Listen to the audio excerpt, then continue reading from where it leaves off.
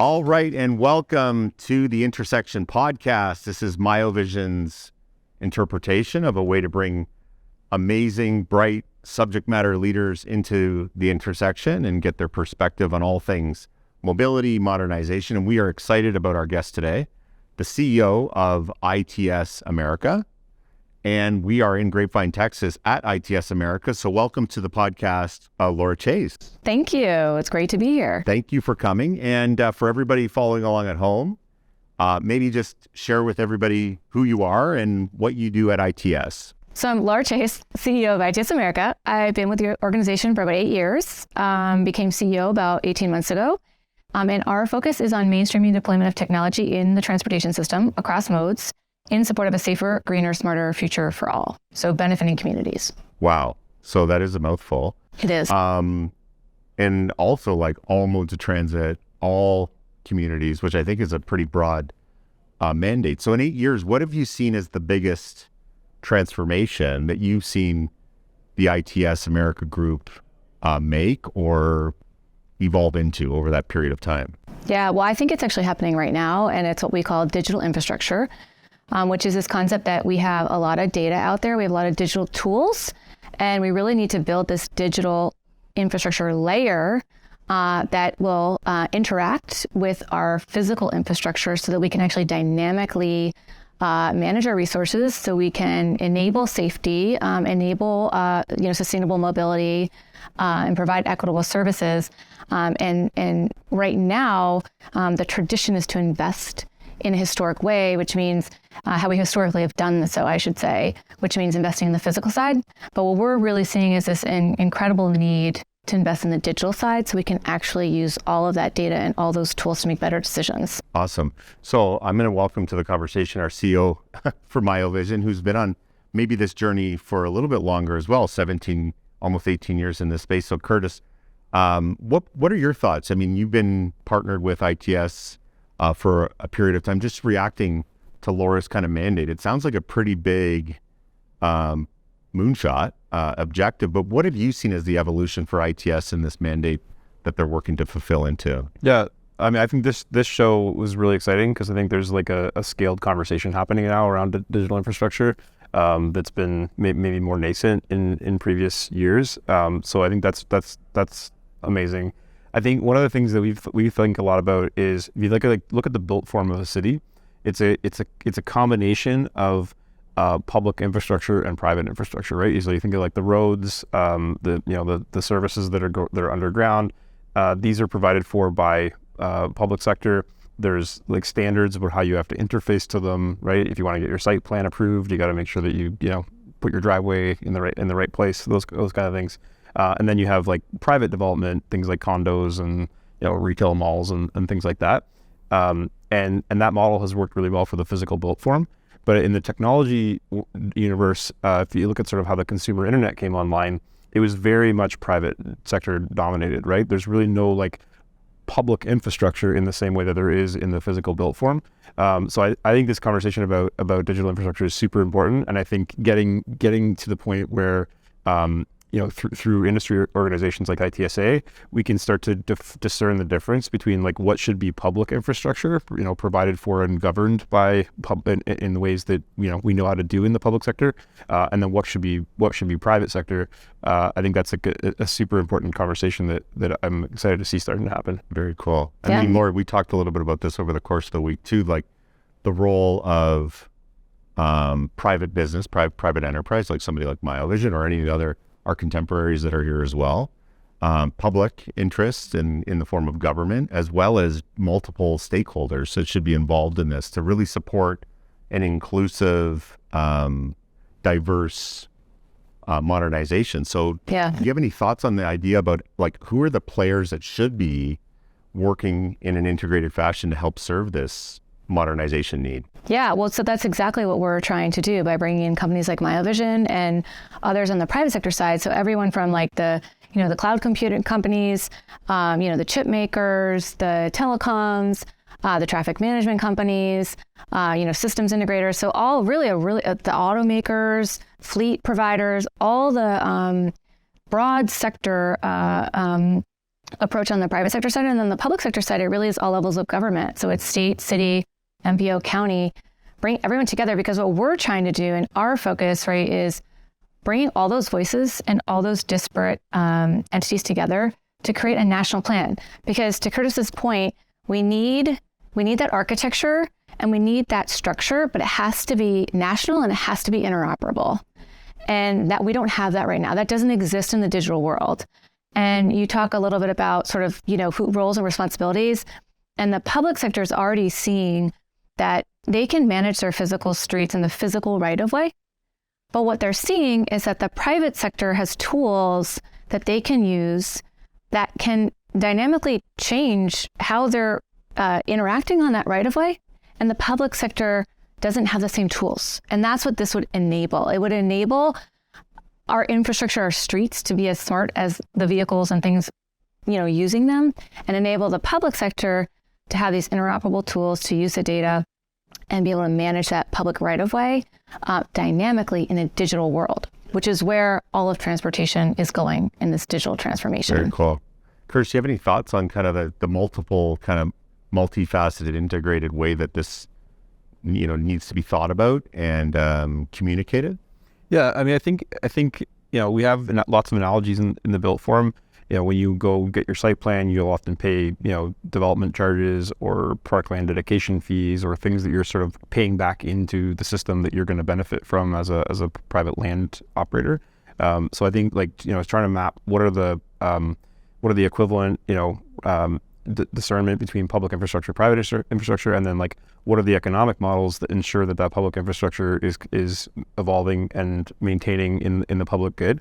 Was involved in Toronto. There was a project that Sidewalk Labs, which was Google, was proposing in Toronto, and kind of came in with a view that we'll apply the same consumer internet business model that we've that's made Google successful. We'll apply that to civic data. And what was super interesting to see was civil society pushed back big time and said hold on a second, there's this whole bunch of privacy implications, and there's also just value capture implications, right? Tax dollars are paying for the data to be created. We can't just hand this over to big multinational. So it's got a front row seat to sort of how there's a different type of internet that the civic data internet is going to evolve, I think, very differently than the consumer internet did. In the consumer internet, we were happy to give away all of our private data in exchange for free cat videos on YouTube.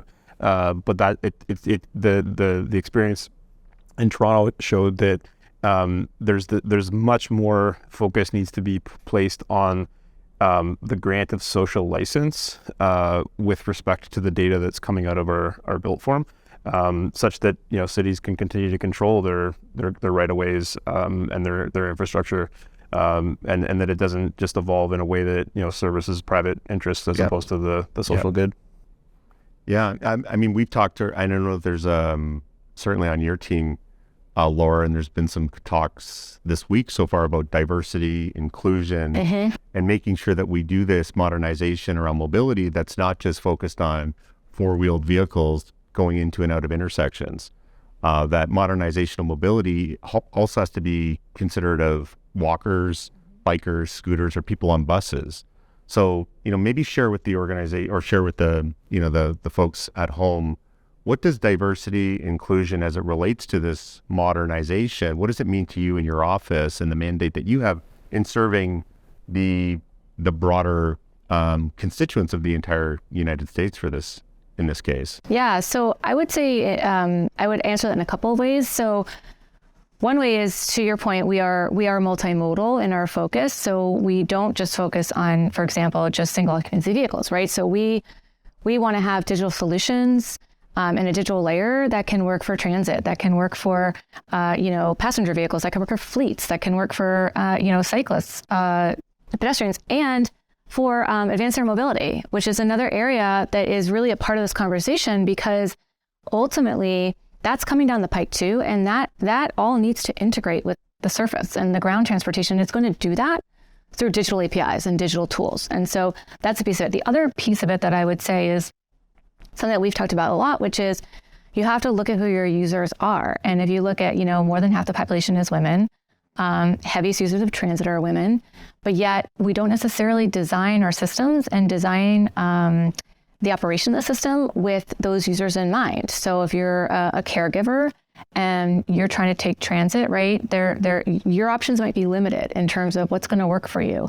If safety is a concern, if you're a female and there's safety is a concern, again, you have limited options. There are ways, as we're offering new services by using these new innovations and digital tools, there are ways to address some of those, what I'm going to say, inequities in the system to make it work better for everybody.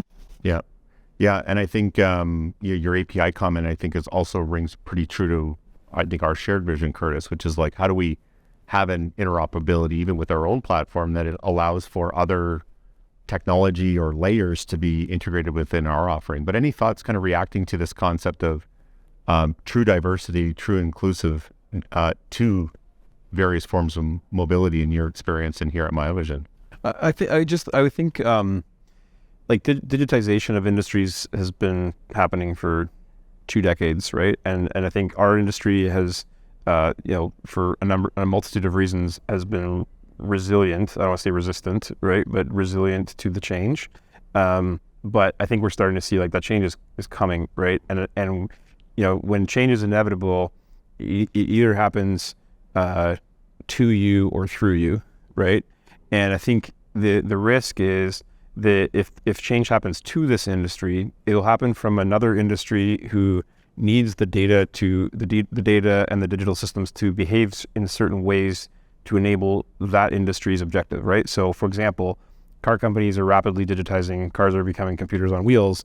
Do we really want the digital infrastructure to service selling more cars, right? Or for the telcos to define digital infrastructure that helps them sell more network, right? Probably not. Whereas if we can do it through this industry, this industry is filled with lots of people that are really passionate about creating, greener, safer, more efficient, more inclusive cities, right? Like it's a lot of why the various brands, if you walk around the show floor, that's a lot of why people are here. So I think it's not just in our interests commercially, but like in our interest in terms of like why we're all involved in this sector, to make sure that the change happens through us and not to us from outside. Yeah, well said. Yeah, I think some of the topics that we've been talking about this week require change and require some trust and an openness to change. So Kurtis, any thoughts on kind of like what this means for the community that we want to change along with? I mean, change takes change, right? And change is hard, change is scary, change is different. But at the end of the day, like to create this future that we're describing, which creates better outcomes for citizens fundamentally, people's business models are going to have to change, people's job functions are going to have to change, and that can't just, the technology might be able to change quickly, but the change management takes time. And so I think there's a certain amount of, you have to sort of respect that process takes time. You have to also provide capacities to help people make the transition. One of the things I'm seeing a lot of these days is, more and more of these AI tools that are coming online, and you think about some of the implications those tools have for our industry. And I think it's incumbent on us to sort of get ahead of it and make sure that we're providing an environment for people where that change can be received positively. People can find success in that change, because again, otherwise it'll happen to us. Laura, thoughts on change and transformation, kind of like, how do we do that? Yeah, I agree with a lot of what Kurtis said. I think our industry, the IT industry, is made up of a lot of engineers, right? And engineers like to have a very clearly defined path. But the reality is there's a lot of risk and discomfort that comes with change. So I think we really have to manage that risk, make the best decisions we can, but get a little bit comfortable with discomfort, because it's not going to be a linear path. But the outcomes and the ultimate outcomes of what we're seeking are going to be much better for society. So we have to just be really intentional along the way. We have to make sure we're protecting privacy, make sure we're explaining these changes to communities, make sure that we're bringing them along with us. But yeah, it's going to take a little bit of discomfort to get there. Yeah, and I think if we share with folks, and by folks I mean the communities that we serve, what this means for their ability to get to where they're going faster, safer, in a more greener fashion, I think that helps people to kind of accept change. But you can't kind of force it on them all the time. All right. Well, I really appreciate the time today on the Intersection podcast, Laura. Thank you, Kurtis. Back to the show floor for all of us. That's it for our Intersection podcast here at ITS America Conference 2023. Bye for now. We'll talk to you guys soon.